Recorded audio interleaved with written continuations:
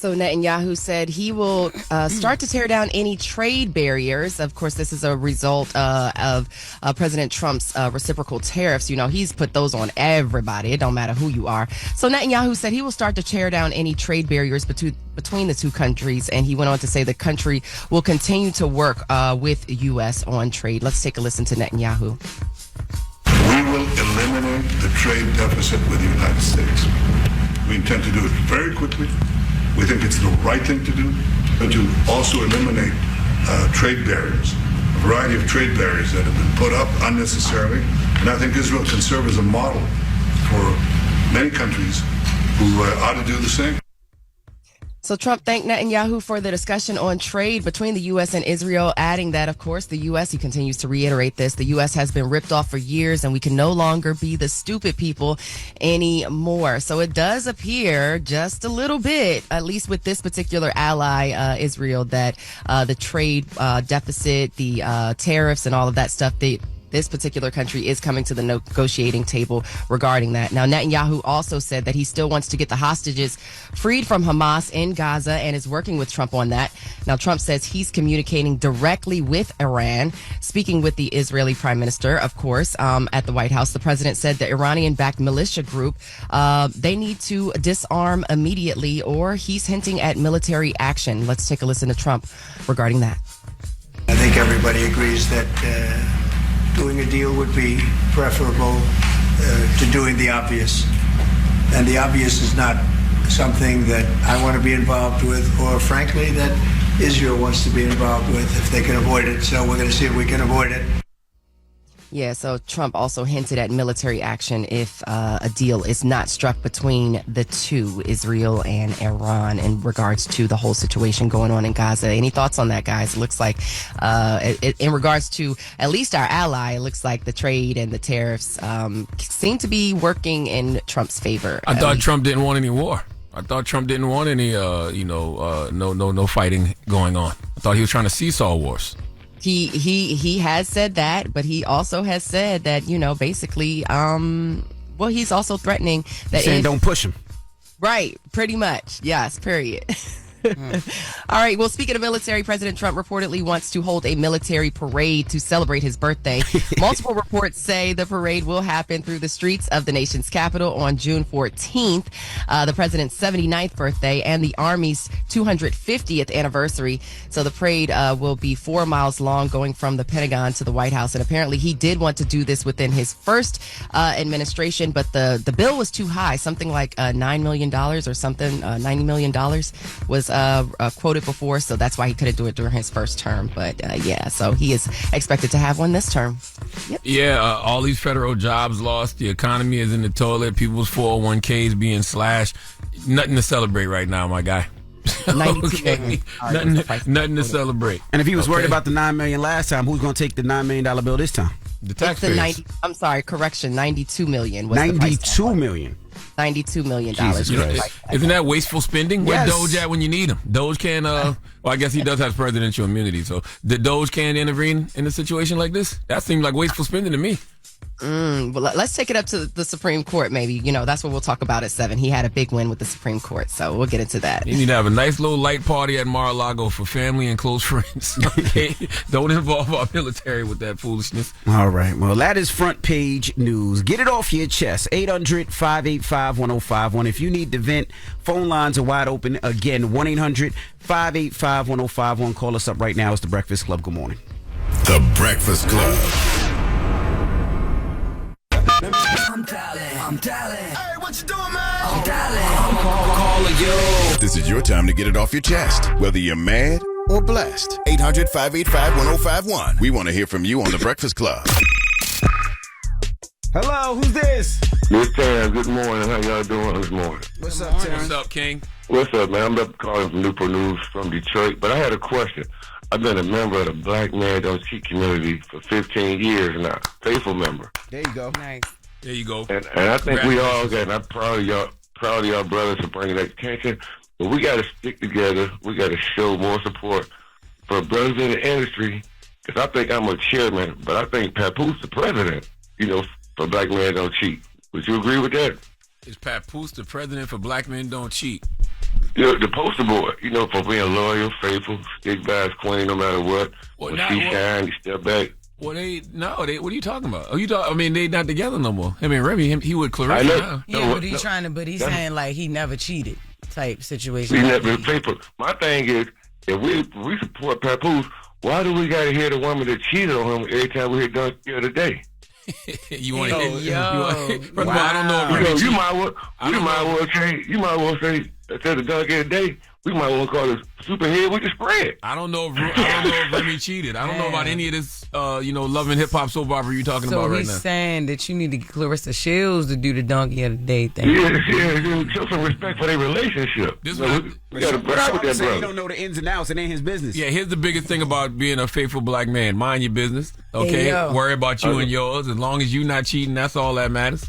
Yeah, that's a true statement too. But I still think just the sight of it looks crazy. I don't know. They got her. Are you stupid? Are you dumb? I mean, are you serious? I don't know anybody else's resume, brother. I really don't know. Okay, y'all right. So we ain't gonna start that. I just had to get that off my chest, man. I appreciate y'all. Yes, y'all sir. keep it up, though, man. I'm riding with y'all till the wheels fall off. Thank you, brother. Hello, who's this? All right, this is Kane of Mansfield, Ohio. What's up, Kane? Get it off your chest, brother.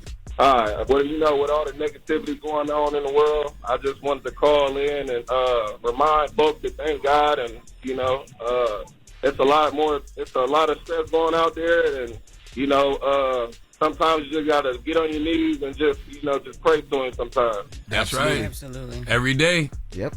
So I just wanted to. I know y'all talk about Trump and everything every morning, and y'all be having me weak every morning. I'm driving to Toledo right now. And y'all be making my mornings, man. Y'all is funny as hell. Thank you, brother. Thank you, sir. Where you calling from? Mansfield, Ohio. Mansfield, Ohio. What station you listen to us on? Are you listening on the iHeartRadio app? I listen to Apple Music, but 106.7 The Beat is on there. So. Okay. Right, that's what it is. Thanbe you, brother. Thank you, brother. Appreciate you. Hey, Charlamagne, leave them people alone, man. Who? You be clowning people, man. He said all people. Leave all people alone. Told you. But no, I appreciate y'all listening to me, and I'm gonna remind them again. Thank God for what you got. All right, thank you, brother. Get it off your chest. 800-585-1051. If you need to vent, phone lines are wide open. It's the Breakfast Club. Good morning. The Breakfast Club. It's a new day. This is your time to get it off your chest.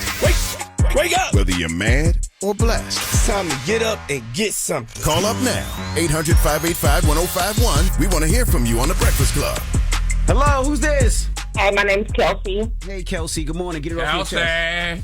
Good morning. So I'm calling from Atlanta. Good morning, Jess. Good morning, DJ MV. Good morning, Charlamagne. Good morning. Peace, Kelsey. Good morning, boo. I'm so excited to call you guys. My daughter said this was lame for me to call it in and get off my chest. What you excited But anyways, I'm excited just to call into the radio.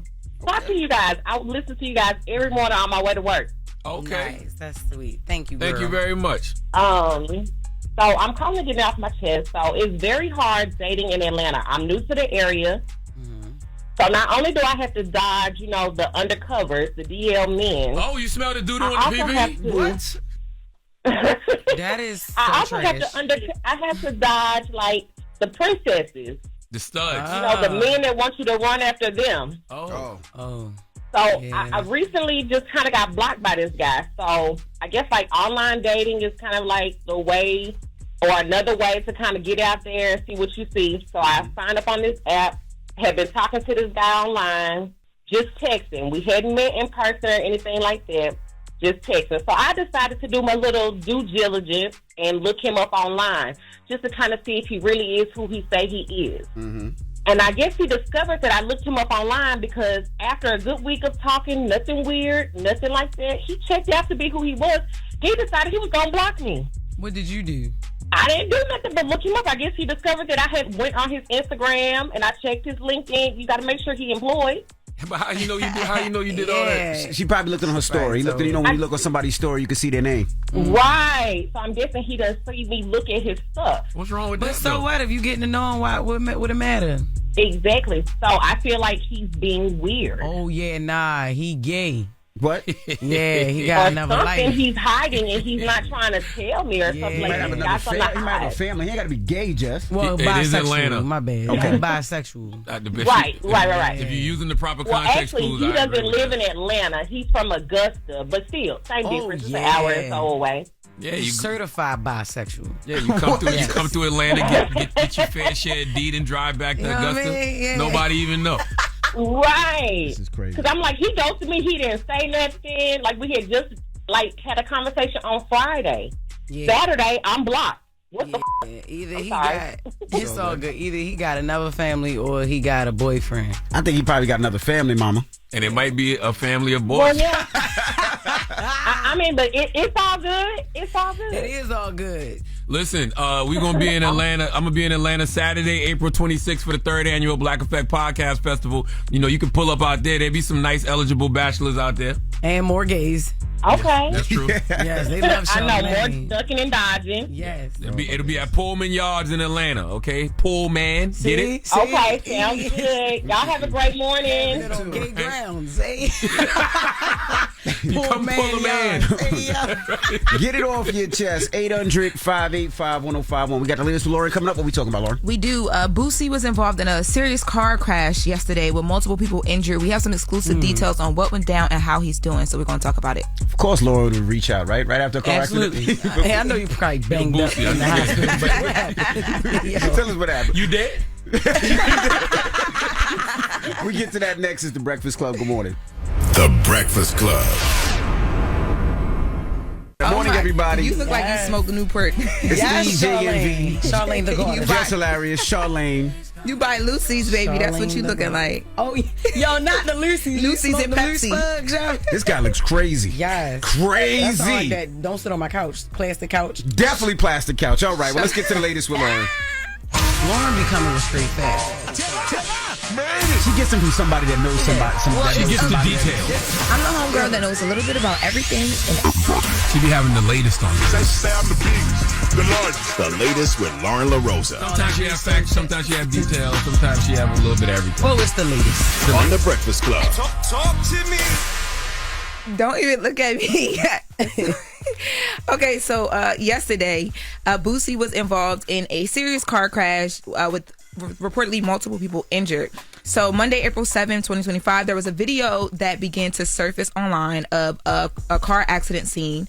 There was multiple people laying on the ground in this video injured, and you see Boosie standing up. He's talking to, I believe it's like a cop or like a paramedic that's on the scene. So people, of course, were like, yo, what's going on? Is Boosie okay? What's happening? So I reached out. I spoke to Boosie's publicist, and Boosie's publicist told me at the time that, because Boosie hadn't spoke out yet, that Boosie was okay. He wasn't hurt in the car accident. People were reporting that the car accident took place in Memphis. It actually took place in Georgia. And Boosie, from what I'm told, was the passenger in the car. They were riding in the car. Boosie was on his phone, and next thing he knew, the car was hit. Right. So Why would people lay down on the ground? I mean, It was a car accident. It was a car accident. There All the were people airbags that came out and everything. Yeah, and But laid out on the ground? yeah, there was a guy laid by the car. I don't know if maybe he got out the car and like he was in pain, so he laid down. I don't know. I would have did that depending on what Yeah. kind of truck it was that hit me or what kind of car that hit me. That's facts. Let it be in Walmart or Target. I'd have been laid out. I'd have got out and laid down too. I can't take you serious with that wig on, Me bro. either. It's so crazy looking at you. You in look there. like Star Trek or... Do your show, please.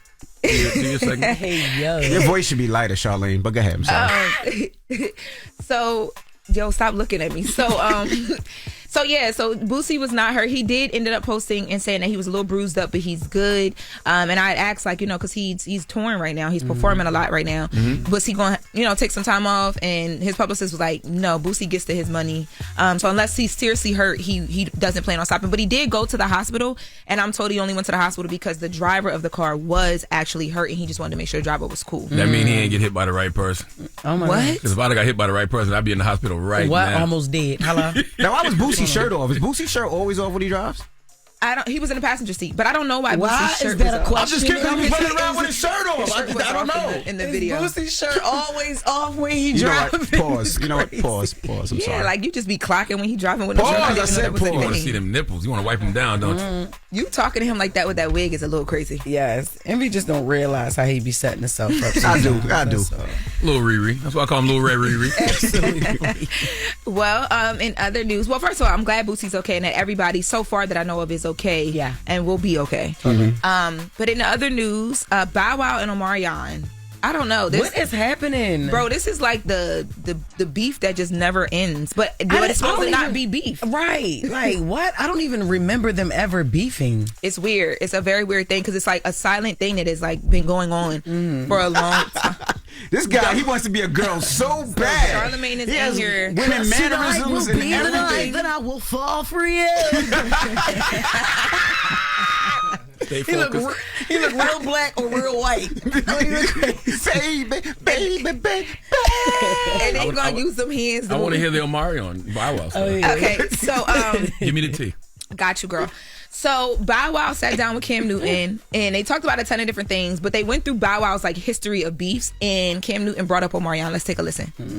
Omarion, was that a real beef? It's complicated. We can't just sit down and hash it out. I don't want to talk. It's nothing to talk about. Not even in a bad way. When you lay your hand out, you try to be the bigger person and try to rap, but you get no response. We gonna leave it right here then. You do your thing, I'm gonna do my thing, we just gonna keep the peace. But it's definitely not no beef. Like we in the same buildings. Like we pass each other in arenas, we might not speak. Because beef is if I see you at any place in time it's on site. That ain't what it is with us. We've been through this thing for so long.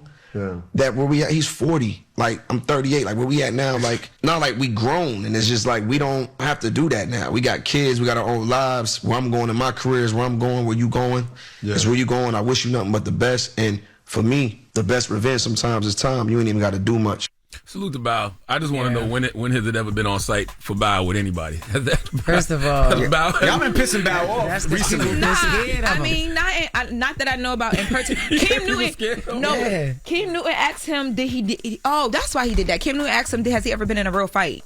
Oh my God, Cam. He did ask him that, and he was like, "Yeah, of course." Scuffles. I think it's because he's had so many little like beefs. Like it was like the Lil Romeo thing at one point. Then he had something with Eric Benet that I didn't even know was a thing. Eric Benet. Yeah. Oh my God, I should have got that audio. Yes, there was like a Brandon. If you're listening, can you please grab that audio? We'll bring that back in the next hour. Because Bow Wow was like, nobody has ever even asked me about that. No one's ever even addressed that. But Omarion, go ahead. Not sit in an interview and tell somebody. Nobody's ever brought that up. I was beefing with somebody, but y'all keep skipping over it. Like nobody ever brings it up. I think it was Eric Benet is 60. Like what? Eric Benet is 60. Playing with filters. Like he don't care. I'm gonna be able to add some more context in a second, but even But what about when Omarion was here though? Yeah, so when Omarion was here, you guys asked him about Bow Wow making music with Bow Wow. Let's take a listen to that. What about Bow Wow? You think you and Bow Wow ever do a joint album again? I'm not sure. I feel like if I'm going to do any collaboration, whether it be rapper, singer, I feel like they have to have like current music out. You know what I'm saying? Music that, and current music of the last maybe 3 years. You know what I'm saying? So, yeah, if I'm going to do a collaborative, it's going to be like, okay, new music. We working on new vibes. I thought we asked Omarion and him and Bow Wow was good though. I don't remember. No, I think we did. He said, I don't want to talk about it, or we'll see. I don't remember that. I thought he said, damn, you just made that. No. I asked him about B2K. Yeah. Oh, it was B2K. You this asked was that. the part B2K, about Bow Wow, but the reason why. Right. So I remember when y'all did the interview, I had grabbed this to bring it back up the next day because then Bow Wow got on Twitter and everything started getting crazy because a fan had tweeted Bow Wow. This was back in February. A fan had tweeted Bow Wow and was like, that basically they need to talk. Omarion and him need to talk. And he was like, no, I don't. And then they mentioned the tour, and Bow Wow was like, what tour? Because the Millennium Tour announcement was happening, and that's why Omarion was here. I thought that Omarion, I know he means like peace and zen and well, but I thought that comment was a little shady. Relevant and need to do an artist that's relevant. If you ain't dropping no music within the last 3 to 5 years, why would I do something with you? But that's also maybe his preference. Maybe he don't feel like he should have to revamp nobody. Maybe he feel like, I'm not saying. I'm just saying maybe that's his preference. Like if I'm gonna collaborate, all right, now Bow Wow gonna put him on site. I'm scared of Bow Wow. I'm scared. Don't say nothing. I don't want him to fly that jet. Don't know. I was just thinking. I swear I look like him on Like Mike. As soon as I got the bridge, I was like, damn, I look like Lil Bow from Like Mike. Keep playing with Bow Wow. No. When that jet land in New York, I'm scared. I ain't trying to mess with Bow Wow. Don't call me. I'm just saying. Don't call me for help. Don't call you. Nobody ever calls you for help. Oh yeah, right. Stop! Don't. Don't do me like that. We have Eric Benet.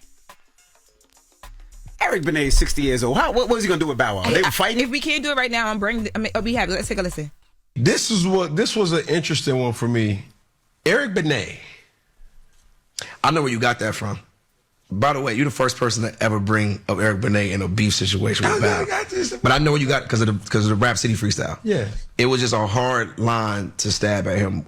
You got to think I'm a rapper, so you got to be creative. Yeah. Eric Benet, and Be Not. You the X-Man, because you know Holly played the X-Man. I'm all that Holly's got. It was just like a cute little fun jab to jab at him, but I got all respect for Eric Benet. Say less. Oh, they didn't fight. I got to hear the context. I got to hear it in the flow. He said Eric Benet. The flow of the that ain't hit though. I got to hear it when he rapping it. It ain't sound right when he just explained it. Bow Wow gonna pull up on you now, so you keep playing with Bow. Yes, especially with that wig on. Yes, give it. Oh my God. Omarion did comment, guys, and he said that to his knowledge, there's no beef, no unresolved issues, unless there is one, ? No drama. He's in a season where he honors what's real, what's reciprocal, and what uplifts the spirit. We may cross paths and not exchange words, and that's okay. I wish him well on his journey. I move forward with love, clarity, and the truth. Thank you to everyone who came out to the Millennium Tour and made it a great success and excitement, and more great news to come. See you soon. That's what they Omarion got to be beefing over? I have no idea, yo. If it ain't dance moves or That's nothing, what I'm saying. I have no idea. I don't know. Y'all almost 40. Y'all still on tour, selling out arenas all over the country. Life should be good. Like, what do y'all really have an issue over? I can't take you serious with that. You wig really on. sitting over there looking like Tamara Hall. Can you take that off? Yeah. I'm gonna be honest with you. This was it's crazy. This was a social experiment. Yo. This was a social experiment. Oh. Lauren's wig person. No, baby, you bought gotta this sit wig. in that. We need to just look at you for a second. Yeah, but Lauren's wig person bought this wig. Now y'all sit here and couldn't stop commenting on this wig for 9-10 minutes. But y'all sit there and let me be the only person talking about what be on her head. Because this and that is totally different. No, it's not. It's the same thing from the same person. All right, gals. All right, gals. It's the same We have thing front from the page news same when we come person. back. We got a Bow Wow record. We're going to play a Bow Wow record too, man. Salute to Bow Wow. I don't want no Jess, problems with Bow Wow. You better hit a Harlem Shake or something. You already know, yo. Oh, my goodness. Don't you hit one. That wig will go flying. Okay, it's the Breakfast Club. Good morning. You're checking out the Breakfast Club. Morning, everybody. It's DJ Envy, Jess Hilarious, Charlamagne the Guy. We are the Breakfast Club. Let's get in some front page news. Again, congratulations to the Florida Gators. They beat the Houston Cougars 65-63 to win the NCAA Men's Basketball Championship. So congratulations to the Gators. Again, are you a Gator fan, Morgan? I just like to do the chomp. Oh, okay. Okay, all right. Well, good morning, Morgan. I mean, and I do like that they blue and orange, you know, Morgan State, HBC. Anyway. I get it. All right, y'all. So let's get back into the front page news. So President Trump is scoring a big victory in the Supreme Court. In a 5-4 ruling on Monday, the court will allow the Department of Justice to remove alleged Venezuelan gang members from the country under the Alien Enemies Act. Now, White House Deputy Chief of Staff Stephen Miller says the ruling makes the lower court judge look bad. Let's hear from Stephen Miller, Deputy Chief of Staff.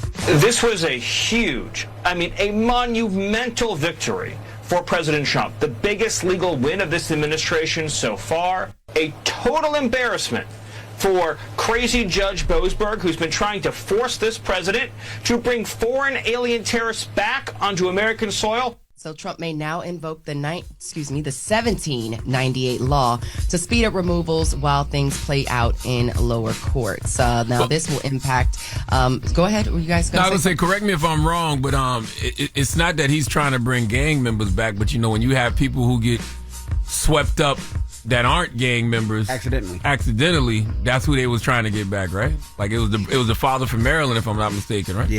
Yeah, we'll get into that. It's not just him, but it's also the fact that remember that judge issued that ruling on whether or not all of those migrants could be shipped to Venezuela and to El Salvador. Remember there was that confusion about when the plane left and things of that nature. Mm-hmm. It's just a matter of the overall, how are you going to get rid of or so-called deport these people? There's a way to do it, but based on this particular ruling, that means that he feels like the country is in some sort of turmoil, some sort of under attack. So if he feels like the country is being in a vulnerable space, then we can pretty much get rid of people how we want to. Period. That's kind of how that ruling goes. That's why it's so old. And now that it's implemented, there's less grace. I will put to that.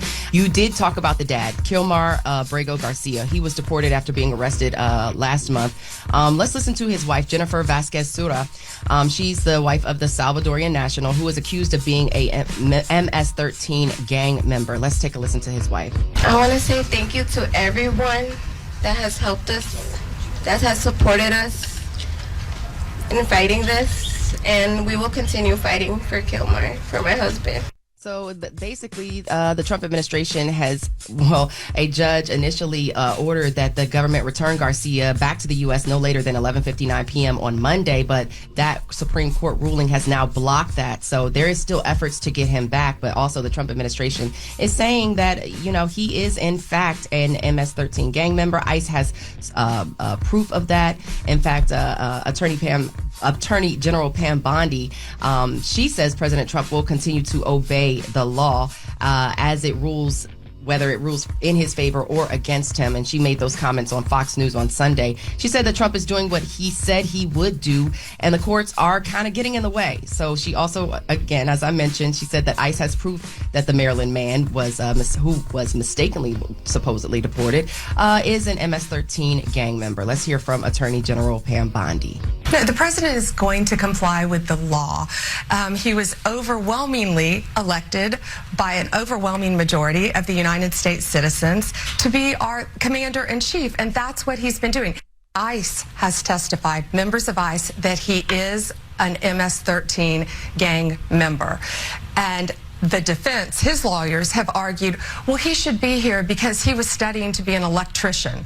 So it is important to note that Abrego was, in fact, granted, he was granted a protective status in 2019. So, I mean, he is here legally, but I guess if the administration decides otherwise, then the administration decides otherwise. So the Attorney General also says that the real constitutional crisis in the U.S. right now is the fact that there's been over 170 lawsuits filed against the White House, basically saying that the administration is not able to do what they're trying to do because of this. And she said it's her directive to get people like Abrego and others out of the country. Bondi said that they're looking for the safety of Americans and will continue doing so. So, yeah. I don't know about the person from Maryland situation. I have no problem with them getting rid of gang members, but I would like to know what the proof is. Like, I would like to know what the proof they have, to know that he was a member of MS-13, because I think we, the American people, should know. So we know who to avoid in the streets, or even know who to know when to call the proper authorities if we see one. No, for real, absolutely. And not only that, it just stands to impact immigration as a whole, because did you guys hear about the Duke basketball player? And just the fact that's that crazy. Visas are being revoked left and right. So if you haven't heard, there's a star center from the Duke men's basketball team who his visa has been revoked by the Trump administration. 7'2" Kaman Maluach is part of the Blue Devils team that made it to the Final Four on Saturday, but he's from South Sudan.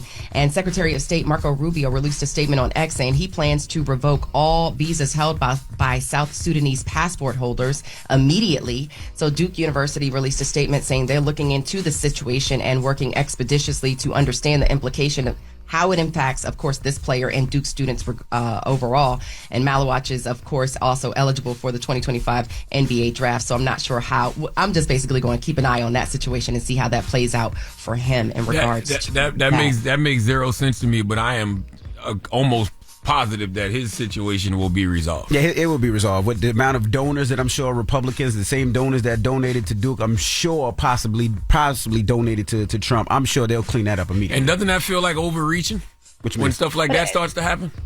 But it's not just them. There's also visas being revoked by the Trump administration at California universities. University students and alumni at UCLA, UC San Diego, UC Berkeley, UC Davis. They're among those also involved in a nationwide crackdown by the Department of Homeland Security. So you can't, he's one case. Right. Maluach is one case, but it's going to be a blanket type situation, and you can't say everybody. And it shouldn't be like that though. Like, you can't take a chainsaw to a situation like this. You have to. I would think you would have to be surgical with it. Well, it's the same thing as the Doge conversation. You can't just go in there with a chainsaw and just start cutting jobs. You got to go in there and be surgical with it. Yeah. Well. It's not what they're doing. If the administration feels like the country is vulnerable right now, then they can essentially get rid of people who are not citizens. I know the brother from Duke ain't no threat.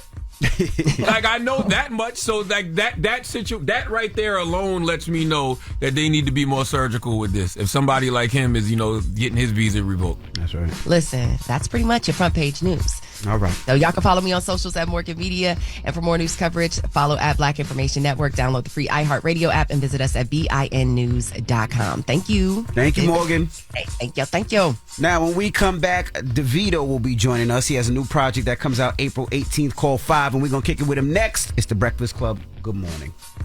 The Breakfast Club. Morning, everybody. It's DJ Envy, Jess Hilarious, Charlamagne the Guy. We are The Breakfast Club. We got a special guest in the building, Davido. What's up, brother? What's up, man? How you doing?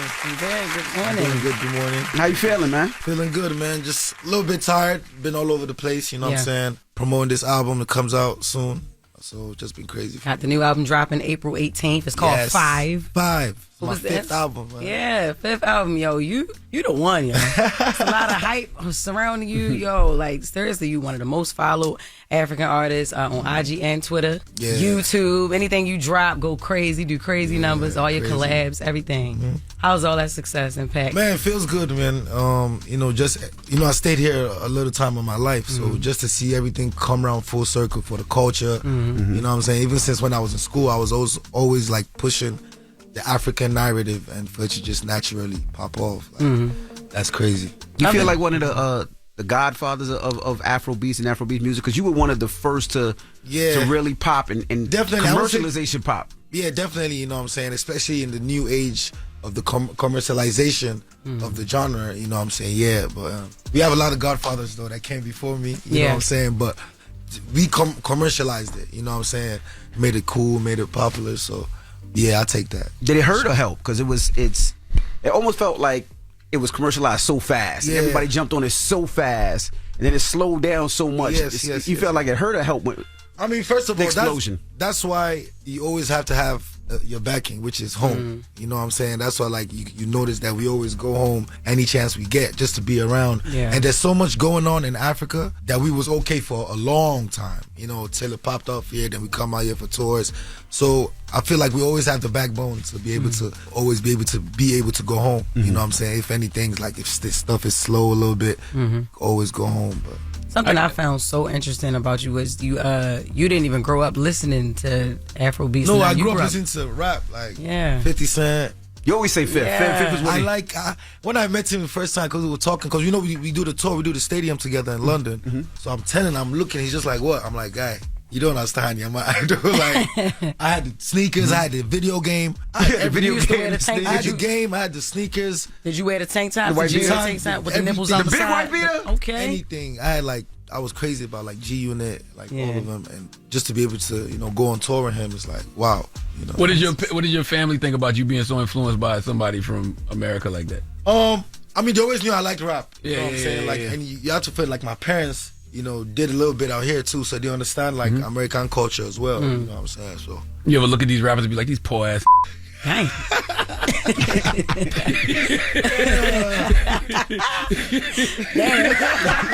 That means yes. Every once in a while. I mean, they know what's going on, man. Yeah. Okay. But it's all good. Like, it's just a different time. Like, I remember, like, after I went back home, coming out in 2015, trying to work with people, finesse, get this. I had this song with Meek Mill at the time, and I knew what I had to do to get to Meek Mill. Like, you know what I'm saying? And it's so much easier now where, like, my DMs is like... They understand it now. Yeah, let's work, you know what I'm saying? I'm trying to come to Nigeria, and I'm like, come, let's, you know what I'm saying, come experience it. I love it when they come. I'd rather meet them there. Like, I'd rather you come and you can show my them culture. Most times when they come and then they see how it is, and it's like, wow, like, why Jamadi was just there because he's on my album. We shot the video. He's on the single as well. And he asked me a question. He was like, "Why do you leave? Like, your life is so dope here. Like, you know what I'm saying? Like, he told me he's never seen this kind of stardom before. Like, you know what I'm saying? Like, how everybody love you. Like, he's never seen it. Like, why do you come to America? You know what I'm saying? So Why? Well, that's the what's the answer to that? Oh, I'm American, you know what I'm saying? So it's different for me. But apart from that, like, there's so much going on outside the diaspora with the culture and everything, you know what I'm saying? At the time, it's slowing down now a little bit, you know what I'm saying? But do they get mad at you when you say that in Nigeria, when you say you an American? No. Okay. You know what I'm saying? Like, they know it's like it's from my like naturalization. Not like they know I still rep, Africa, rep Nigeria. I'm always home every chance I get. Yeah. So you were born in Atlanta. I was born in Atlanta, and then you raised. And then I went back home with my parents.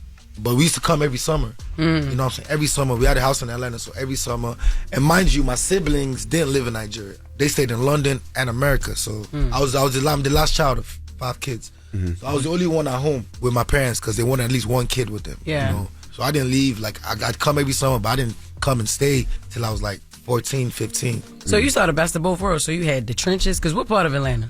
No, I was in Sandy Springs. Oh, so you were, okay. But my cousins used to stay in Gwinnett on the north side. So I'd go there, chill, smoke. You know what I'm saying? I can't do that at home. But that's when I really experienced real Atlanta culture. You know what I'm saying?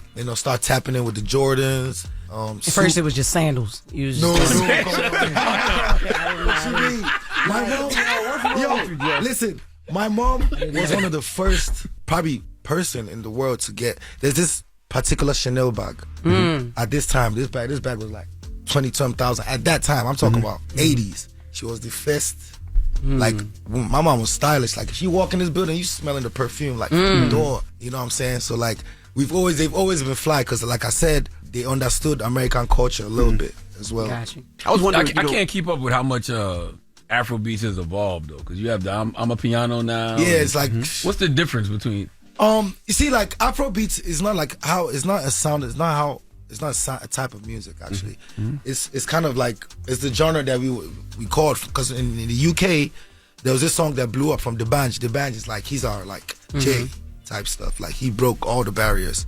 So at the time in the UK, they didn't want to call it African music because you know how it is over there.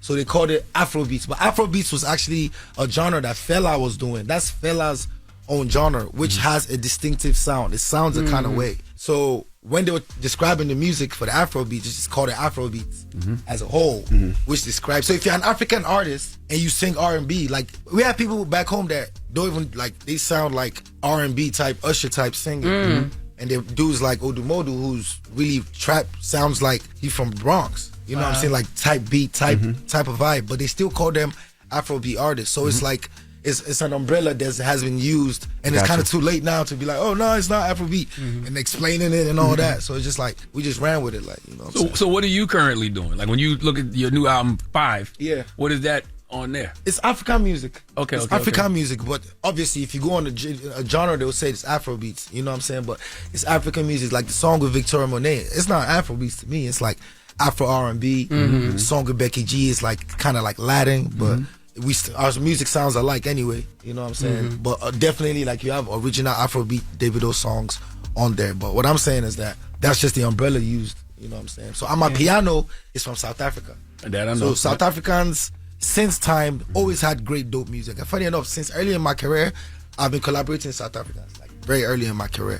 So my piano came in like 5 years, like, to my knowledge. It's been going on there, like, since time. But like, it became like everywhere in Africa like 5 years ago. And then definitely, you know how Nigerian, we tapped in with the sound too as well. You know, I was working with their producers. And one thing about Nigerian producers, they can adapt. They can remake anything and make it sound like, you know what I'm saying, sick. So, all right, we got more with Davido when we come back. It's the Breakfast Club. Good morning. Good morning, everybody. It's DJ NV, Jess Hilarious, Charlamagne the Guy. We are the Breakfast Club. We're still kicking it with Davido. He's in the building. Now, I know you are such a huge fan of 50. Well, why didn't you sign with 50? Was that an option? I didn't even know. I didn't meet him. The first time I ever saw 50, I was a kid in Vegas. I was like, can I have a picture? He was like, no. He said no for real? No. He looked at me and said no. Like, looked at me. I was a kid because my brother was turning 21. So my dad took everybody to Vegas. But I'm like 14. I can't do nothing. So they doing their own things. So I just seen them in the lobby. And I actually used to love Lloyd Banks. That was actually my favorite. And so I saw him and I went to him. I'm like, Lloyd Banks. And I took a picture of him. Then I saw 50. And I went to him. I'm like, with my accent then, like Nigerians get, wow, 50 Cent, I love him. Can I have a picture? No. And he just walked off. Did you tell him about that when you met him later on? Yeah, I told him. What'd he say? You hear it now, right? And then I met him, like I seen him in New York, and then he brought me out. I remember he brought you out, yeah. And then we doing London together with Mary J. Blige in the stadium. Amazing. And then like they saw the reaction of putting me on the tour. He like, yo, I want you to come on more days. This little boy lit. So it's a good feeling, man. That's what's up. Another person that you collaborate with that I love each and every song, Chris Brown. I always see when you talk about it. You know it. But you know, one song that I love that I felt like completely went under the radar because it was so, both of y'all was doing so much stuff at one time, was Blow My Mind. That was y'all first single together, right? That was testing. Testing a song like that, you tested it. Yeah, like crazy. When we did Blow My Mind, I had met Chris because he was already doing like African stuff, kind of other artists, but I had never personally met him. But he has a Nigerian best friend, big dude that's always with him, Hoodie. He's full, like he's Nigerian. So Hoodie hits me up like, yo, because I had dropped a song that I did for my wife at the time. It's called Assurance. Huge. It was like huge in the Caribbean. And Chris liked that song. So from there we linked up. And then I came to America, came to LA. I remember the first time linking up with him, like he was just so cool. We hadn't even done the record. And then we did the record. Then he came to Atlanta, and I linked up. He was like, yo, let's shoot the video. And this is all happening in like a week. So I'm like, oh, is this real? Like, I'm like, okay, let's shoot the video. So I organize, because I've been in situations like, you know how you do like work with American artists. Like when I first came, I didn't even know like, oh, you have to get songs cleared, all that. You know what I'm saying? I'm handing over a brand like, hey, let me get that verse. They calling me too, hey, yo, I want some more money. I'm like, what? This is like way before I met Chris. You know what I'm saying? That's a whole nother situation. And then I met Chris and how everything just went. The video was everything free, the clothes, everything free. Crazy. From there, we just became really good friends and just kept on doing music. And he's been on like all my albums since then.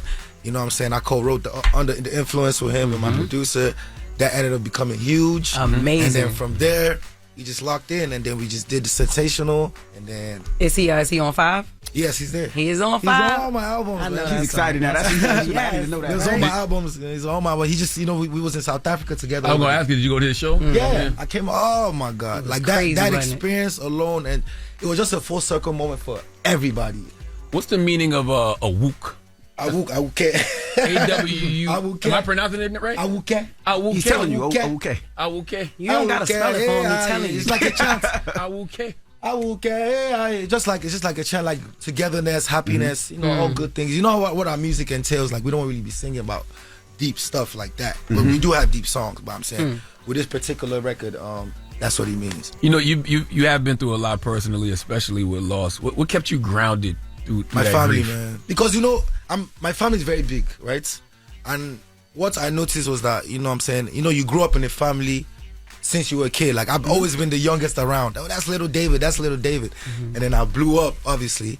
And then I know how many times I'd be so busy, like out of it. And then like even got to a point where like I'd be like, my siblings were getting upset, like, yo, D, we still your family. Like, you know what I'm saying? Call, talk to your nephews, blah, blah, blah. Yeah. And then when my world went dark, like they was the only ones there. Like, you know what I'm saying? Every day, obviously my wife and her family were there. But the only thing that got to us, and we both strong, like me and my wife is strong. Like, but apart from that, the people around us that were there at the time really did a great job. And I want to give kudos to my father. You know, like my dad really stepped in, like he put everything on pause, like the business, everything on pause just to make sure that, you know what I'm saying, we were okay.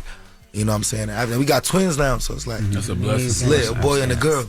And the boy looks exactly like my son that passed, like scary exactly. They act the same, everything he used to do, like he does. So like me and my wife would be like, yeah, he came back type stuff. Wow. Yeah. And when you talk about how you had to go on the road when Unavailable started popping, do you ever feel like fame and celebrity get in the way of like really healing?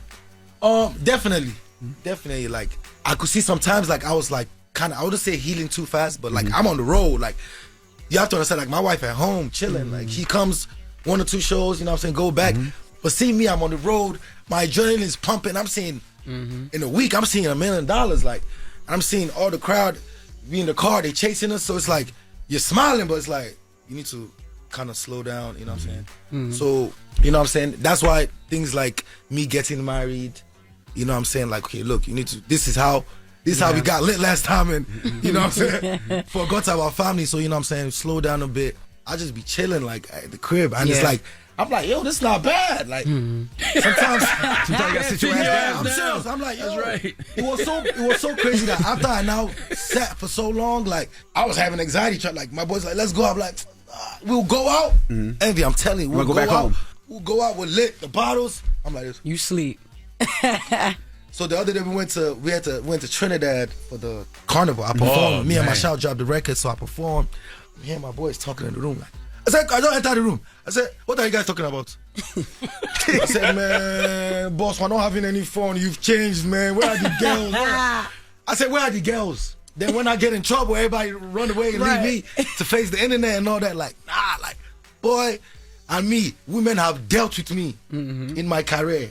So it's like, boy, like I'm good on that, bro. Like, trust me, like I've been at the highest of the highest. The best time is when there's no problem at home. Yes. Yeah. It's called peace. Yeah. Peace of mind, That's man. right. Not So having no There's anxiety. nothing like that. I went to my friend in high school recently, so he just got married. So he calls me and I'm back in Nigeria. I'm like at home. So he calls me, he's like, David, I just got married. Come and visit my wife. Me and we just got this new nice.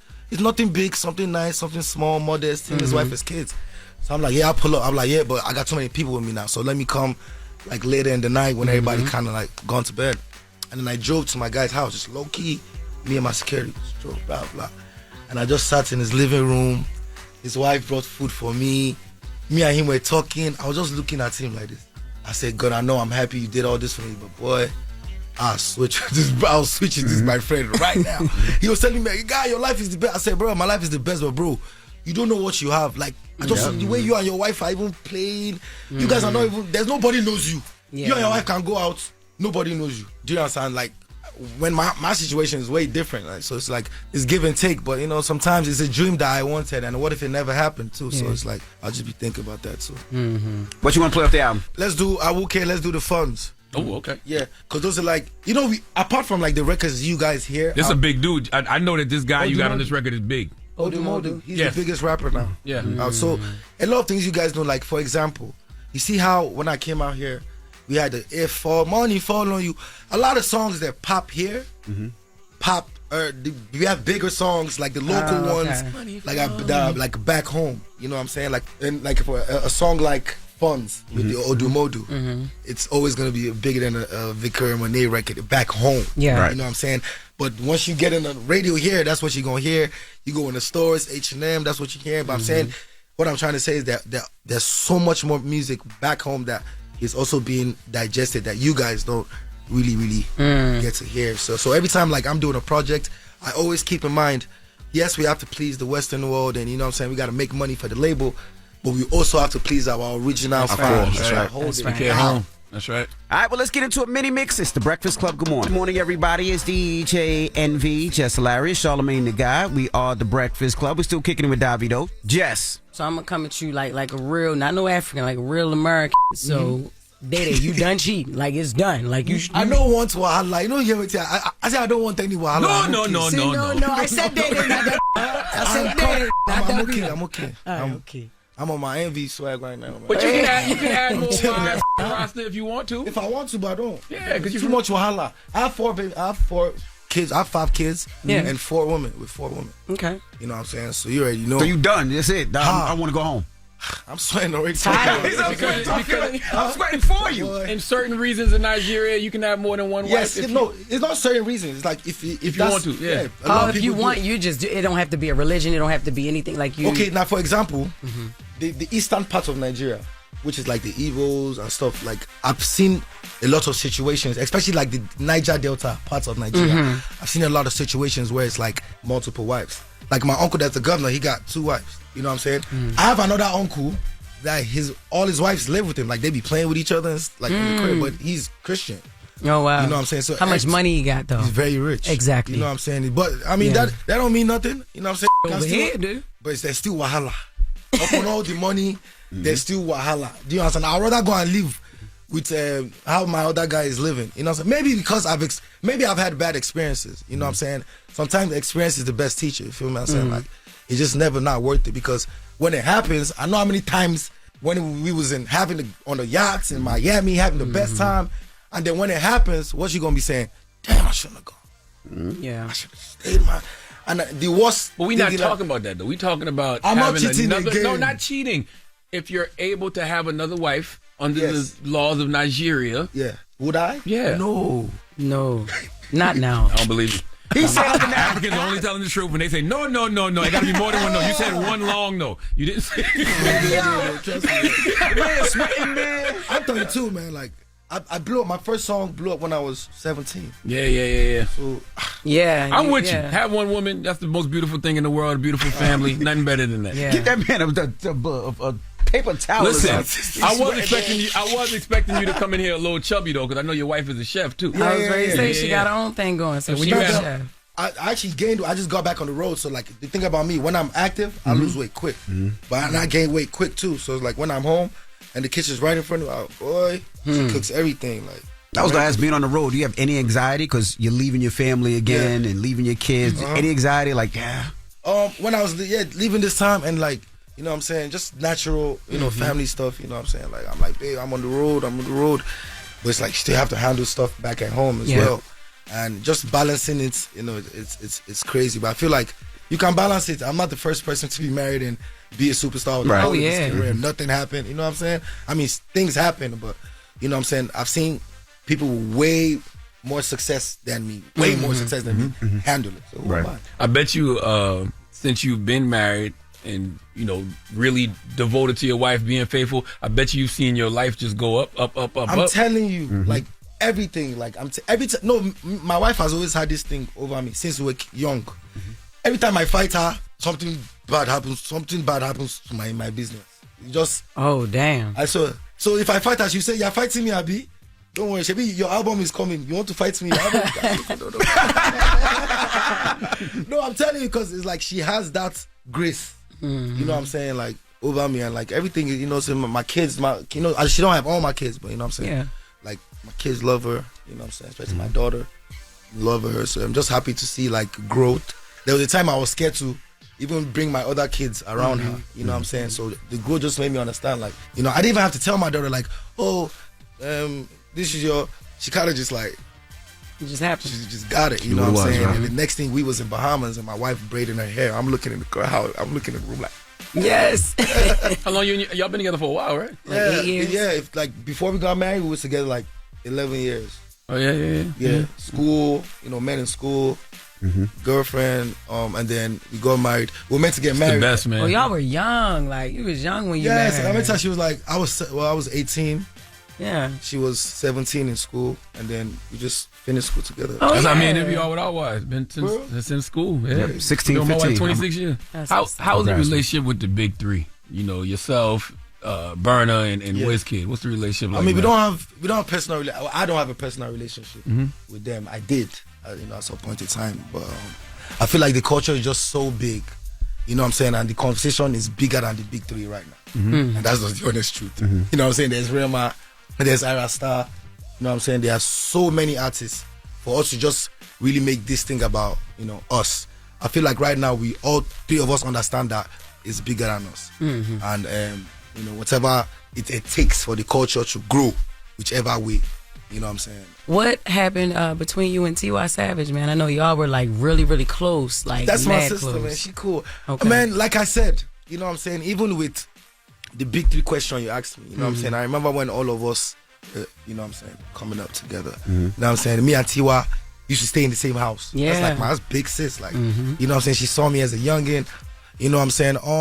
But the situation with T.Y. was, was like kind of personal. You know what I'm saying? Yes. She's very, very good friends with the mom of my daughter, my first daughter, which we were in court having custody and stuff like that.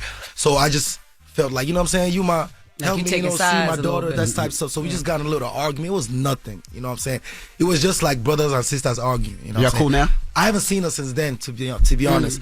But she did reach out, and you know what I'm saying. So probably if it happens, it happens. And no bad blood. I love her. I love her child, and I saw him grow up. Yeah. You know what I'm saying? She's an amazing person. She changed the game for females. You know what I'm saying? She'll always have that respect. That's my sister. Like, I would never let nothing happen to her. Right. She knows. You know what I'm saying? So, what about WizKid? Do you love WizKid? That is not his sister. That's not his sister. I'm just asking. I love everybody, man. Well, the album is out on April 18th. Which one April here? 18th. It's Davido, ladies and gentlemen. Is it Davido? Davido? What is it? You talk to this man for a whole hour. I know, because I'll be saying his name wrong. He says it a different way. He says Davido. If you go to South Africa, they're like Davido. Davido. If you go to Nigeria, it's Davido. If you go to Paris, Davido. So my name is David, obviously. So in different parts of the world, they say David different ways. Yeah. David. I'm like, yo, just bring that check, man. Yes. Davido is the Breakfast Club. Good morning. Let's get to the latest with Loren. Loren becoming a straight fact. She gets them from somebody that knows somebody. She gets the details. I'm the homegirl that knows a little bit about everything. She be having the latest on this. The latest with Lauren LaRosa. Sometimes she have facts, sometimes she have details, sometimes she have a little bit of everything. Well, it's the latest. On the Breakfast Club. Talk to me. Okay, y'all. So I did some digging on this Bow Wow Omarion thing. What? Because I was trying to figure out what. I need to know too. I was trying to figure out why and kind of where this started, and Yeah. there's no real beginning point. But I think I kind of zeroed in on one, and y'all are a big part of the problem. Who is y'all? Breakfast Club. Jess with the mess? No, Yeah, this is before no, Jess. Don't do that. Yeah, absolutely. Honestly, because we're gonna hear a lot of you in the audio. So Omarion. It's a slow news day, boy. No, this was important to Wow. me. This was important to me too because y'all kept mentioning the clip of Bow Wow or Omarion saying something about Bow Wow, and I didn't have it, so I need to have it. Okay, Okay. you all right? I'm here with you. Your wig is different than the last hour. Like, Yes, you changed now a we little giving bit. T-Buzz. Now y'all know this is Lauren's. Now y'all know this is Lauren's wig. Yo, wig so maker. my creep head is crazy. Yes, go ahead, yo. What you did? Everything they're saying about me, they really want to say to you. Yeah, right. No, baby. All right. So, wait, where am I starting at? Okay, so 2016, April Jones and Omarion split. 6 months later, Omarion came here to the Breakfast Club and spoke about the split for the first time. They did like a post on Instagram, but he had never sat down and did an interview. When they split, Bow Wow tweeted like, "Yo, Omarion, let's go to the strip club. Let's knock down some girls." And people was like, "What? Why would he do all that?" So let's take a listen to what Omarion said here on the Breakfast Club in 2017. Now, when Bow Wow did that, did you text him like, Bow, chill out? Because if we get back together, she's not going to let you at the wedding. Nah, man.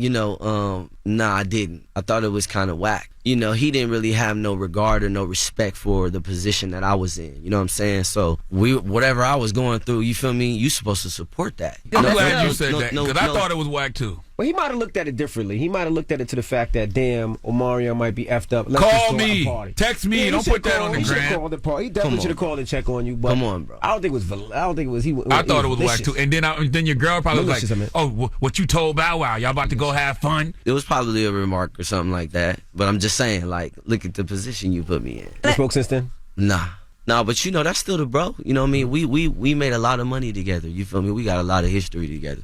Didn't they do a whole album after all that? After that. And I believe after that. Now listen, that has been a pattern of theirs. It's like this all will happen, but then they still on the Millennium Tour because then in October 2021, after this, of course, Bow Wow got online and was mad at the Millennium Tour. He didn't say Omarion's name, but he said he was carrying people for a while. His set was short. He was off it. Him and Chris Brown were leaving the tour. Then Omarion had to come out and say, "Nah, I got on the phone with Bow Wow. We good." So then they went back to the tour. Then in February, that's when February 27th of this year is when those tweets happened that I was telling you guys about in the last hour when Bow Wow was like, "What tour?"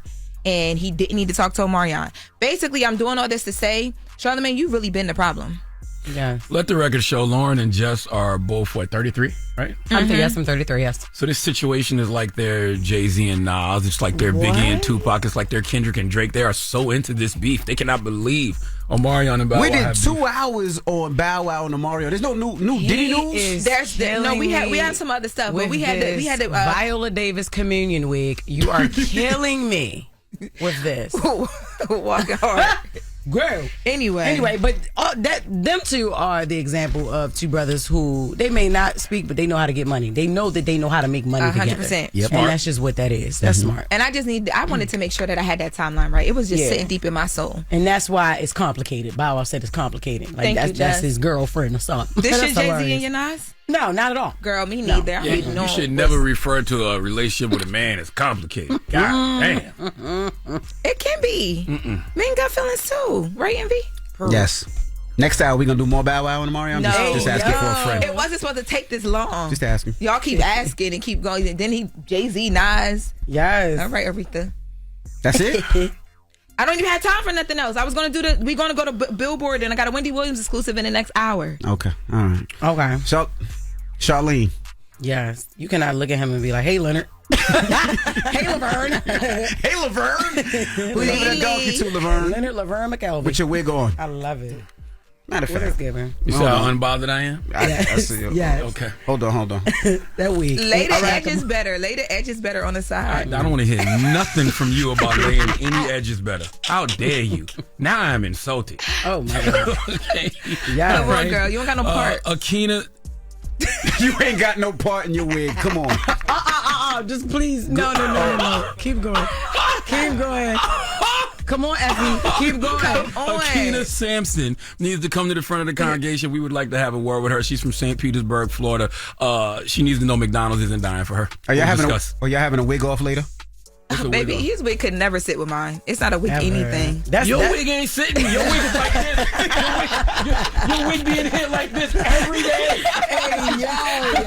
Oh, my God. Every day. Shut up. Oh, my goodness. Donkey of the Day's up next. It's the Breakfast Club. Good morning. You're checking out the Breakfast Club. Make sure you tell them to watch out for Florida, man. The craziest people in America come from the Bronx and all of Florida. Yes, you are a donkey. A Florida man attacked an ATM for a very strange reason. It gave him too much money. Florida man is arrested after deputies say he rigged the door to his home in an attempt to electrocute his pregnant wife. Police arrested an Orlando man for attacking a flamingo. The Breakfast Club, bitches. Donkey of the Day with Charlamagne the God. I don't know why y'all keep letting him get y'all like this. It ain't me, Duval. It's them. Okay, Florida. Donkey of the Day for Tuesday, April 8th goes to a young woman named Akina Sampson. Okay, Akina is a 31-year-old woman from St. Petersburg, Florida, who works at one of the greatest institutions of all time, McDonald's. Okay, I am not about to sit here and do a commercial for McDonald's. Okay, you can say what you want about McDonald's, but they have been around since 1940. It has 36,000 restaurants in over 100 countries, and they serve 69 million customers daily. Dropping the clues bombs at McDonald's. If that's not an institution, I don't know what is. Okay, Supersize Me ain't stopped nothing. At some point, we have all had a love affair with McDonald's. Okay, my go-to was the 2 cheeseburger meal with an orange drink, and I'm old enough to remember when it was $2.99, $3.14 plus tax. What was your go-to, Jess? The same thing. The 2 cheeseburger meal, $3.14. What about you, Envy? Mine was the same, but it was $3.24 in New York, $3.24. Nice. Okay, McDonald's was the place that we would all hang out after the football games, drop on the clues bombs for the Berkeley Stags. Moncks Corner, South Carolina all day. I have a lot of love and great memories connected to McDonald's, and there was nothing like, having a homie working at Mickey D's because they would always bless you with free food. That's what it was, a blessing. Okay, that's what it was, a blessing. All right, but Akina Sampson didn't have that giving spirit. Okay, Akina is clearly not the homie you want working at McDonald's if you're looking to get something free. No. Okay, Akina is there to protect McDonald's at all costs. All right, she's a 17-year-old customer. Got choked out by Akina after she stepped behind the counter to take some ranch dipping sauce after not being helped by employees. Now, we have all been at a fast food restaurant and been frustrated by the service, but that doesn't mean you can take matters into your own hands and go behind the counter and do their job for them, okay? This little entitled-ass teenager took their ass behind the counter to get some ranch dipping sauce, and Akina, according to police reports, grabbed her arm. When the teen tried to break free, Akina allegedly grabbed her by the neck and took the girl to the ground. Sounds to me like the Big Show's finishing move. Remember that showstopper choke slam Big Show used to do? That's what seemed like happened in this situation. Now, I know what you're thinking. How many ranch packets did the victim secure? Well, the police reports does not reveal that information, but it did reveal that the victim had visible injuries to her neck and left elbow. The incident was also captured on video. Akina was charged with child abuse. Now, you're probably saying to yourself, damn, Akina, did you have to do all that for some McDonald's ranch sauce? I don't know if McDonald's ranch sauce slaps. I've never had it. Anybody ever had McDonald's ranch sauce? Yes. It slaps? Definitely slaps. Okay. Now, if it was Polynesian sauce, Chick-fil-A sauce, we probably could understand. But McDonald's ranch, I'm not sure. Jess says it slaps. I'll take her word for it. But it's not about what the teen did that got her choke slammed. It's the principle. As much as I have to give Akina this hee-haw because there's a part of me, as much as I have to give Akina this hee-haw, there is a part of me that's like, purr. That's it? What is it? I'm purr? sorry. What is it? Purr. What is purr? Purr. Her? Mm-hmm. What's that? That's just clock it. Like, that's the T. Okay. He wants to be a woman so bad. Yes, honey. Someone has to teach these YNs a lesson, okay? Where was this 17-year-old's home training? There is cause and effect. The 17-year-old was the cause, and effect is Akina chokeslamming her and being arrested and charged with child abuse. And now she's about to lose her job at McDonald's, okay? She is clearly missing her calling as nightclub security. But I digress. Look, customer service 101. If a customer breaches protocol, especially a minor, throw hot fry grease on them. No. The appropriate response is to call management or security. Okay, don't resort to physical violence because McDonald's wouldn't front line for you like that. And you should never, under any circumstance, risk your job, freedom, and a young person's safety over a condiment. I know that 17-year-old was risking it all too, but they 17, you 31, you should know better. Now, once again, you got a child abuse charge, which is going to look nasty on your record, and you lost your job at Ronald McDonald's house. This situation makes the ice cream machine always being broken seem like good customer service. Please give Akina Sampson the biggest hee-haw. McDonald's ain't dying for you, bro. Yeah, that's a lot. That's extra. Just call the police. I will say this, though. A lot of people that work at fast food jobs take their job way too serious. Yeah, definitely. If I want an extra packet of ketchup, please give me an extra packet of ketchup. I agree. You know, if I say, hey, can I have extra ketchup? That doesn't mean one packet. Give me 4 or 5. If I ask for an additional, sweet and sour sauce, give me 1 or 2. Give me 2, 3. I'm telling you. You know what I mean? I used to work at McDonald's. I used to give them packets away like testers on the corner. Yeah, because it's just hoarding. Them ketchup packets probably sit there for months. They do. At a time. Just take it too serious. If I want my fries to overflow the fry container, give me a little extra. And it's not coming out of our money. It's not like we not buying as employees. Like we're not buying the sauces out of our money. So it's crazy. Be a cheerful giver when you work at these fast food establishments. I'm just saying. You look like Jennifer Lewis. Thank you. Yes. Definitely look like on American Idol. That's when that's before she started. You know what Jess told me off air? She told me I look like a broke transgender. I did not say you look like a broke transgender. That's what you said. Because I don't know how the broke ones look. That's what you said to me. As opposed to the rich ones. That's what you said to me. No, I said you look like an old ass trans woman. That's what I said. Same difference. Look like you was marching in the 60s. That's what it looks like. That's what that wig is giving right now. Well, did you know what we had to go through in the 60s? I'm just saying, if you had dogs sicked on you and hoses sprayed on you and marching in 100-degree weather, you would look like this too. You think your wig supposed to look prim and proper while you marching? I just said it just looked like Why you Dominicans don't know our struggle? Dominicans do not know how people struggle. Don't let them talk Tyler Price. Tyler Price gonna cast you tonight if you see this wig on you. All right. I mean tomorrow. Tomorrow morning. What is wrong I didn't mean with you? to say tonight. He gonna cast you.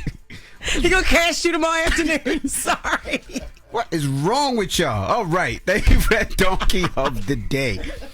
He looked just like a bitch when I said his head. Excuse me? He go, what? So why tonight? Like why tonight?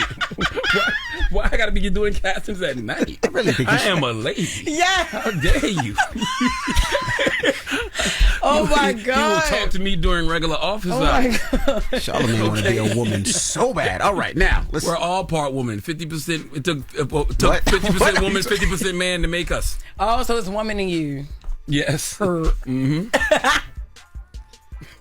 wig really has him feeling himself. All right, guys. Can we focus? Classroom, can we focus? Okay. All right. What in the f***atry are you talking about? That is crazy. I wish y'all could see his wig, because a lot of y'all like, what are y'all laughing about? He has a wig right now that looks like he's an old lady in church. That's exactly what it looks like. That just finished frying some fried chicken and is ready for. Where did the wig come from? Tell the whole context. It came from a wig store. Nope.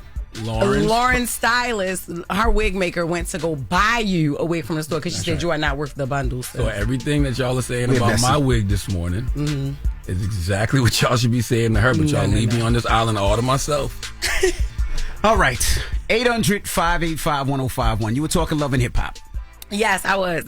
Basically, there's a situation going on between Rashida and Yandy right now. And they got into it. And Yandy thought that she was Rashida's friend until Rashida told her that you ain't my friend like that. It's been really awkward between Rashida and I. We really haven't had much to say to each other. How could you say, yeah, Turk is my only friend? Really? Your husband? The one that did you wrong the most? Keep that to yourself, because Rashida, you know that you fronted and faked like you my friend for over a decade now. That dead ass wrong. I'm just kind of over it because we're not best friends. Like, some people don't get it because they don't understand what real friendships are or what real loyalty is. I can't help it. So we're asking 800-585-1051. You ever had that moment when you realized someone you thought was your friend really isn't? That is the question. 800-585-1051. Usually happens at your darkest time and people want to step on your neck. So that is the question. Ever had that moment when you realized someone you thought was your friend really isn't? Let's discuss. It's The Breakfast Club. Good morning. The Breakfast Club.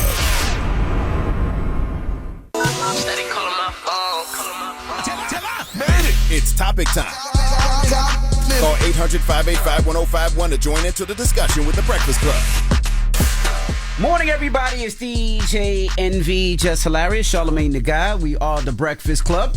Now, if you're just joining us, we're talking about something that happened on Love and Hip Hop that Jess was talking about. So break down exactly what happened, Jess. Okay, so Yandy and Rashida, they're both on Love and Hip Hop Atlanta. Mm-hmm. And there was a situation that went down, and Yandy thought that she was closer to Rashida than she actually was. Rashida told her, like, we ain't best friends. We not friends like that. And Yandy's argument is like, yo, all right, so the past 10 years has been fake. Like, you ain't never been my friend. Mm-hmm. And so I know this happens a lot, where you find out that you're not as close to a person that you thought you was. Now, the question is 800-585-1051. You ever had that moment when you realized someone you thought was your friend really isn't? So has that happened with you? Without saying the name. Well, hell yeah. Somebody thought that I was closer to them than I actually was. But see, people get the definition of friend misconstrued. Like, yo, if I'm your friend, that means I've confided in you. I know your mother name. Like, I know your kids. Like, I've been to your house. You've been to mine. That's a friend. Now, if we're like really close associates, all right, cool. But we're still not friends. I think that, more so like Rashida's like, yo, we kind of just friends on the show, like for the show. Yandy, you making it seem a little bit more like we talk outside of here, or we actually, our kids commingle, or I'm up in New York seeing you down in Atlanta seeing me. It ain't really that. We friends on the show for the show, but you ain't my friend. Yeah, I'm with you. There's people that are friends and the people are associates. Yeah. And like you said, friends are people that, I will go to bat for. If you have a problem with somebody, and 9 times out of 10, I will have the same problem with the person, because I know who you are as a person. And when you cross that line, we're not friends anymore. Yeah. I look at you differently. And we cool. I don't have no beef with you, but I'm at an age where I just want friends in my life. That's and business associates. Either we can make money and cool, or we're friends and we can play spades and we could come to the crib, smoke hookah, drink, or whatever it may be. Yep. But that's about it. What about you, Charlamagne? I can't look at him with this damn wig. Oh, gosh. Now we look like James Brown. Definitely James Brown. I think Yandy and Rashida are too grown for that. Like, they should know at this point who a friend is and who isn't. You know, I've had friends, cross me and show me that they don't deserve my friendship. But as far as, not knowing who my friends are, nah, I'm grown. I know who's who. Yeah, that's what Rashida's saying. Like Candy Burris is my friend. And, not you. You're not my friend. We're just friends on the show. Like, we're for the show. And I'm shocked Yandy didn't know that. I feel like Yandy been around the block. But Yandy it's still the show. That's true. So maybe she acting like that for the show. Hello, who's this? Hi, this is Toya. Hey, what's up, Toya? Good morning. Where you calling from? Hey, girl. I'm calling from Queens. What part? Hey. I'm from Queensbridge. Queensbridge. Okay. All right. Talk to us. What's your thoughts? So, yes, I know about a thing or two with friends not really being friends. Okay. And when you be a friend and you could warn your friend about stuff and they still do stupid shit. Mm-hmm. So that happened to you before? So I have a friend. Uh-huh. Yeah, I have a friend. And I used to warn her all the time about stuff. And she used to try to make it seem like I'm hating on her or she's a victim. And I would be like, listen, girl, this is what's going on with this nigga. Stop messing with him. Don't do this. Don't do that. And she'd be like, oh, no. And then she'll flip the script and be like, oh, she hating on me. She mad. This, that, and the third. And I'm like, girl, you looking dumb out here. And I'm the only one telling you that you're looking dumb. You telling her the truth, and then, basically. Yeah. And then, thank you, Charlamagne. Thank you. So, and then I used to be like, girl, don't nobody hating on you. What am I hating on you for? I'm the one who hooked you up. Okay. And now I'm telling you not to be dumb. And you sitting there being dumb. So did she ever tell you that you wasn't her friend? Yes. She had the nerve to tell people that I was jealous of her. Had the nerve to tell people that I'm just like hating on her. I want her life, girl. Why I want her life for? I make more money than you. I look better than you. I got everything going on better than you. So you ain't really a friend then. How you just going? How all this gonna come out at the? You know what I'm saying? No, because she ain't no friend. Because when I was being a friend, no, Jess, she was not a friend. Because when I was being a friend, I was a hater. I want her life. Yeah. I want everything she got. Yeah. And I'm like, girl. But you had to humble her. You just had to humble her ugly ass and tell her like, yo, yes, yes, girl, I made your resume. I did everything for you, boo. I was your friend. But if she was, but if you knew that, you always felt like that. Yeah, you always knew she was ugly. Like no, because it's like after a while, it's like when you know a person that you helping and you cool with, and you know I call myself and I ride and die for her, and my man was telling me leave this girl alone, she's not your friend, and it made me so mad because he was so right, and I used to argue with him every time. Toya, that Queensbridge, I hear that Queensbridge all in your voice. I just want to let you know I hear it all in your voice. Yes. Have a good one. If me someone y'all said this, I said, I'm calling because I got to speak this out. Thank you, Toya. Hello, who's this? Hi, good morning. Can you hear me? Yeah, I can hear you now. What's your name, Mama? Hi, I'm Alexis. Where you calling from? From Michigan. Michigan. Okay, talk to us. You had a friend that you thought was a friend, but that really wasn't a friend? Yes. So I had a best friend for 13 years. And during that time, I was diagnosed with endometriosis. So I'm a black woman. She's a white woman. And she told me one time that I was racist because of my fear in my own experiences of going into hospitals and being treated a certain way because of my skin color and the way that I look. That's not racist. That's you understanding. That's you having proper historical context of the medical industry. Absolutely. So I decided to end that friendship because, you know, even though she's not a black woman, I still expected her to support me, be ally, you know, still be my friend. And after that conversation, I was like, okay, yeah, no, this isn't the type of person that I want in my life. So we ended our friendship there. She was the godmother to my daughter. So fast forward 3 years later, she ends up dating my daughter's father. Wow. Damn. She definitely wasn't your friend. Definitely was my friend. And my daughter's father actually had just got out of prison after 10 years because of crazy stuff that he did, including the abuse that he put me through. So I definitely learned that was not my friend. After almost 15 years of even, 13 years of ending our friendship, and then 2 or 3 years later, still had love for her. But then learning this information, I was like, oh, she definitely never loved me. Definitely wasn't my friend. Is she still with your baby daddy? Yes, they're still together. Damn, so when you drop your daughter off, you got to see her every time? I don't drop my daughter off because he's not in her life. Oh, I'm sorry. He's not a good father. Oh, sorry. He doesn't reach out to her. Why don't you ever look at it as maybe God introduced her soulmate to you so she could meet her soulmate? You're a clown. Clown. That's the whole baby father. Because you got a child. You got a child. You got what you were supposed to get, which was a child, and she got her soulmate. But she wanted a family. Or maybe God put him in her life so he could ruin her life like he tried to ruin yours. That's not what God does, sir. Look, I believe that everything happens for a reason. Everybody learns their lessons. I especially think when it comes to, I don't want this kind of thing crazy, but when it comes to black people, when we have a whole spiritual team, we have our ancestors, everything. So when people come for us, I truly believe that you get your karma. So, I don't, whatever that is, she's going to get that, and that's going to be their life. Yeah, but then that means that you must have had some bad karma, too, because, he did you dirty. You didn't get what you wanted out the situation. See what I'm saying? But I'm not, he did me dirty, but what I got out the situation was 10 years of peace. I had 10 years of being able to live my life with my daughter without an abusive man in the situation or in fear for my life. You got a beautiful daughter out of it. That's right. Absolutely. Well, have a good one, I'm Alexis. extremely grateful. Thank you as well. 800-585-1051. If you're just joining us, we're asking, have you ever had that moment when you realize someone you thought was your friend really isn't? Let's discuss. It's The Breakfast Club. Good morning. The Breakfast Club. Made it. If y'all talking about it, you know we talking about it. It's topic time. Call 800-585-1051 to join into the discussion with The Breakfast Club. Morning, everybody. It's DJ NV, Jess Hilarious, Charlamagne the Guy. We are The Breakfast Club. We're asking 800-585-1051. Have you ever had that moment when you realize someone you thought was your friend really isn't?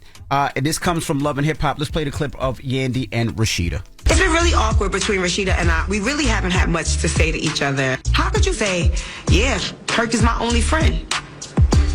Really? Your husband? The one that did you wrong the most? Keep that to yourself, because Rashida, you know that you fronted and faked like you my friend for over a decade now. That dead ass wrong. I'm just kind of over it because we're not best friends. Like, some people don't get it because they don't understand what real friendships are or what real loyalty is. I can't help it. Hello, who's this? I'm going to remain anonymous. Okay, anonymous. Good morning. What's your situation? Okay, so I had a friend for 6 years. We still talk, but we fell out one time because I told her to keep her relationship separate from her friendship because her spouse was talking about me on Facebook or whatever. And when we became back friends and I ended up getting engaged, I invited them out to my surprise engagement announcement. 2 days later, somebody close to us told me that my best friend was talking about me and saying that I can't keep no man. She gonna see how long this relationship lasts, and lying and saying that I was messing with her old dude just to keep people not talking to me. So yeah, people can be fake, even though she don't know that I know. I just found out 2 weeks ago, but she was supposed to be my maid of honor. So I got to figure out how to bring that up to her, that I know that you was talking about me, because I never talked about her ever. This ain't nothing to figure out. You just tell her. The person that told me is close, very close in our circle, and it's kind of hard to. She says she don't care, but it's like a whole family dynamic thing. All right, so what? She shouldn't have told you. She ain't want you to say nothing, and you shouldn't have. You should have covered your ears if you wasn't gonna say nothing. I don't care. You supposed to know this. You supposed to find this out. Ain't no way that you gonna feel good up there standing in front of your husband about to say yes, and this conniving clown ass woman's right behind you, and she was just talking about you. No, you don't get to stand next to me. No. I know, and I feel it makes me sad too, because it's just for 6 years nobody could talk about my best friend at all. Exactly. So you thought but that for her to turn around, and we only wasn't talking for 2 months. That's it. It wasn't that serious. I felt like it was a respect thing, because keep your relationship and your friendship separate. May I ask a question, please? Why are you talking like that? Yo. Yes. Is there any truth to the you can't keep a man thing? Oh, baby, I can keep a man. I just didn't want a broke man. Talk that talk. Hello? Really? Okay. Yeah. Thank you so much, Mama. Do you have a man now? And the fact that her man proposed that she's about to walk down the aisle is evidence enough that she can keep a man. You about to get married? Yes, we're engaged. That's right. Okay.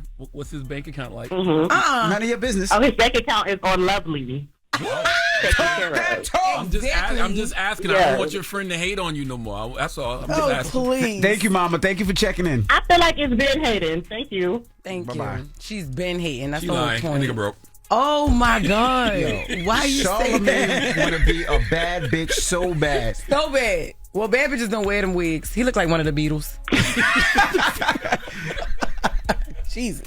What's the moral of the story, guys? What about your friends? Will they stand their ground? Will they let you down, baby? I'm T-Boz, you chilly. Go. No. And you left eye.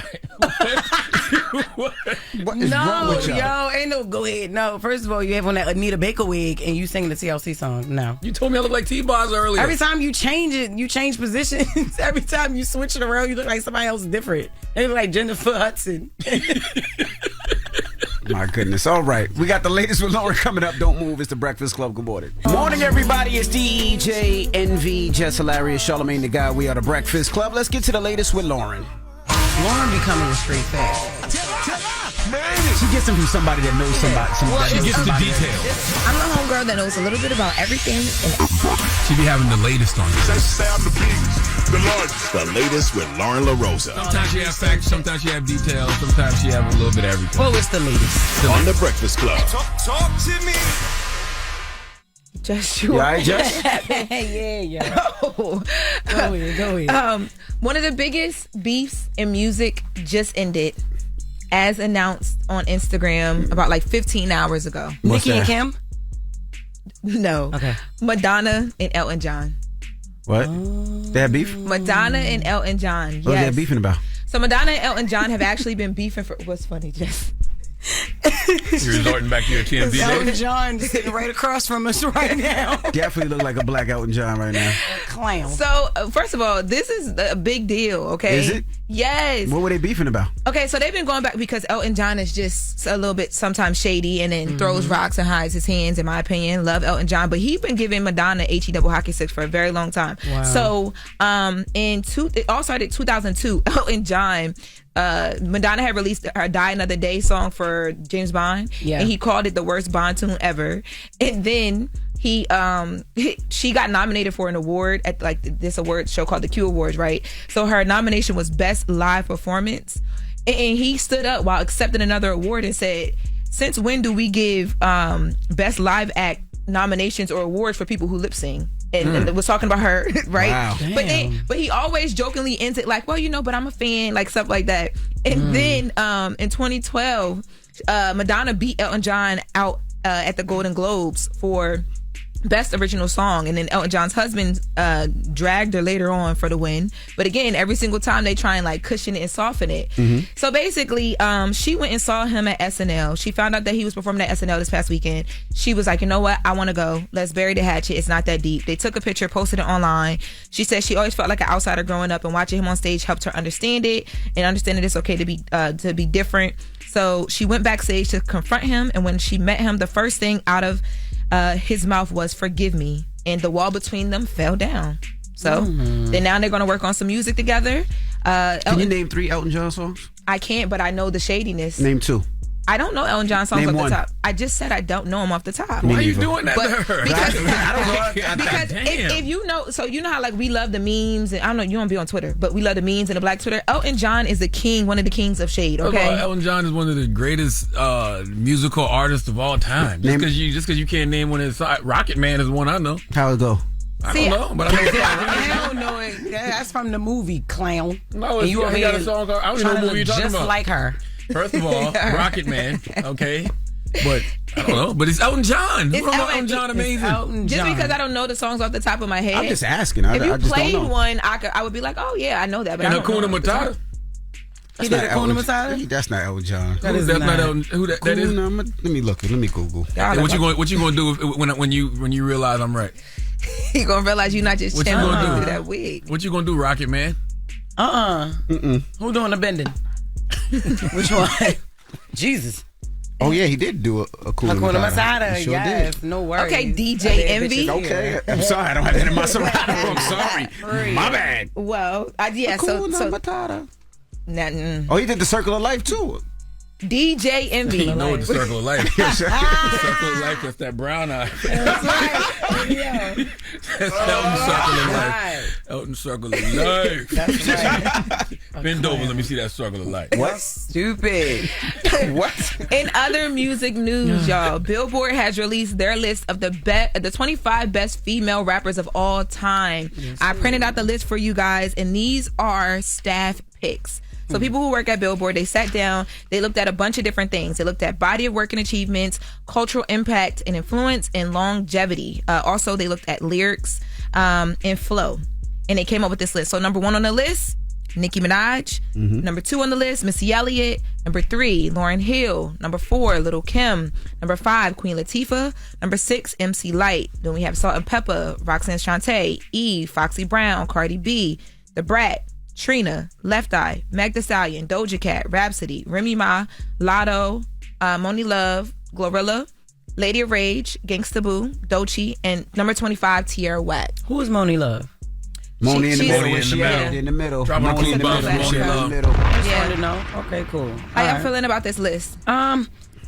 So, all right. So let me ask the two old heads in the room. What is Queen Latifah's catalog? I know UNITY, and I know another song by her. But like, what is? I'm gonna fight Queen you. Latifah got joints. She got a lot of joints. Okay, all right. That's how somebody felt like that when you was asking about Elton John. I tell you, I'll fight him right now. Okay, what you talking about? How they all right, so I know. So I was more of an MC Light chick growing up. I knew Queen Latifah songs, but I didn't know her catalog was super long like that. Oh, all right, cool. I mean, it's interesting with this list because 25 best female rappers. My initial reaction is some of these people are too new to say greatest female rappers of all time. But sadly, it's always just been a handful of rappers. The biggest thing that's missing for me on it's two that's missing. What's your two? Mia X and Rod Digger. Rod Digger definitely should be on this list. And Mia X. Who's Mia X? Mia X should be on this list. Oh, what you talking about? Mia X and Rod Digger should definitely be on this list. And Mia X should definitely be on this list. Mia X and Rod Digger should definitely be on this list. Rod Digger should be on there. I can make a case for Bahamadia.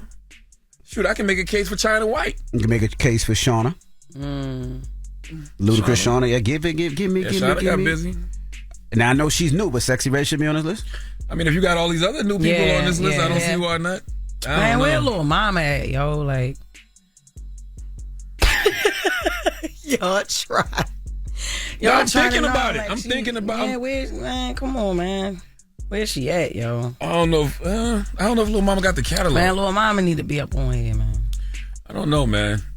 Young and May not on here, like. See, I don't know, because it's always been a handful of female rappers. When you put together a top 25, you're probably gonna have to use a lot of new folks. I can't say anything's wrong with this list. I would just say that Mia X, Rod Digger should definitely be on it. I can make a case for Bahamadia. But if you do new artists, I'm just a China White. I've always Sexy liked Red should be on there. If you do a new artist, the amount of records she's put out. Who? Sexy Red. Oh yeah, definitely. Tink should be on there. If you're talking about artists that Tank, do Tank. But yeah, rap? Tank ain't solely a rapper. She's though. I guess R&B neither is for real, Doja for real. Cat either, though. Yeah, Doja Cat isn't. But Doja. All of these lists of fours to do exactly what we're doing right now. Just have that's what we're doing. Because I would even change the order. I was going to say, how do y'all feel about the first three? Nicki should be. MC Light should be top Definitely. 5. Nicki should be number 1. Yeah, I like Nicki being number 1. I like Missy Elliott being number 2. That's creative. If you're basing this off lyrics, though, MC Light would probably be number 1.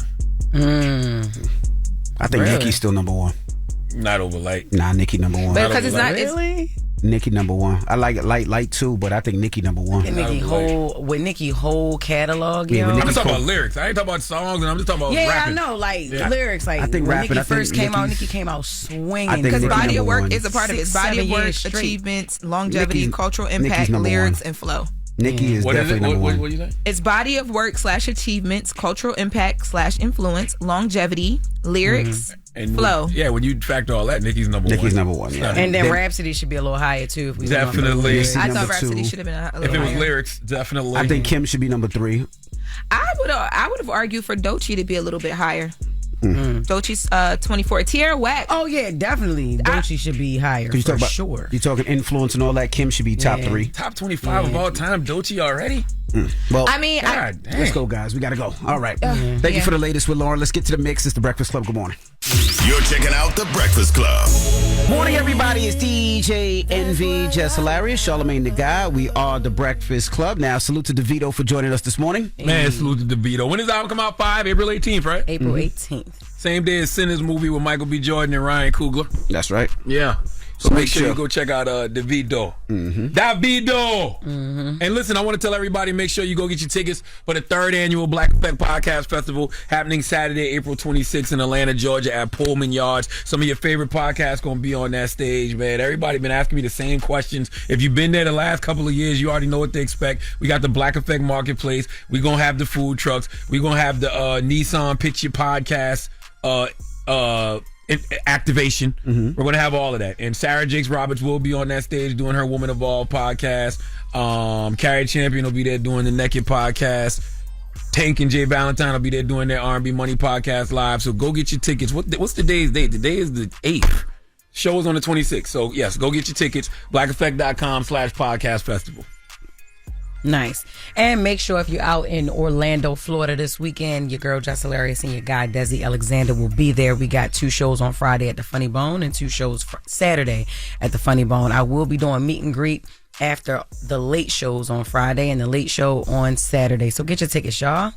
All right. I love Orlando, by the way. I love Orlando too. That's one of my favorite cities. Mm-hmm. My aunt lives in Orlando. So I used to go there every summer. Yep, it's calm. It's like the chiller side to Miami. Mm-hmm. Like, Yes. you go to Miami to turn up. Orlando, you go and you relax and all of that. So yeah, I can't wait to get out there this weekend, y'all. And I be having to go there every year because my daughter cheerleading competition. Like when they do like the big Super Bowl or the cheerleading. It always be in Orlando. Always in Orlando. Favorite dance be in Orlando. Yep. Yeah. All right. Well, when we come back, we got the positive notice. The Breakfast Club. Good morning. Morning, everybody. It's DJ NV, Jess Hilarious, Charlamagne the Guy. We are the Breakfast Club. It's time for a positive note. Charlamagne, you got one? I do. And one more thing about Orlando, since Jeff's going to be in Orlando this weekend. You know one of my favorite things about Orlando, too? What's that? Finger licking restaurants. Oh, my God, lickings. yes. Yeah, the licking out there. They got Yes. a couple lickings in Orlando. They're really, really good. I never been to the one in Orlando, but the ones in Miami, oh my God, they so good. And I always find myself in Orlando more than Miami, especially because my daughter's cheerleading, so that's why I know that. And That's I love the dope. licking. Salute to my guy, E-Class.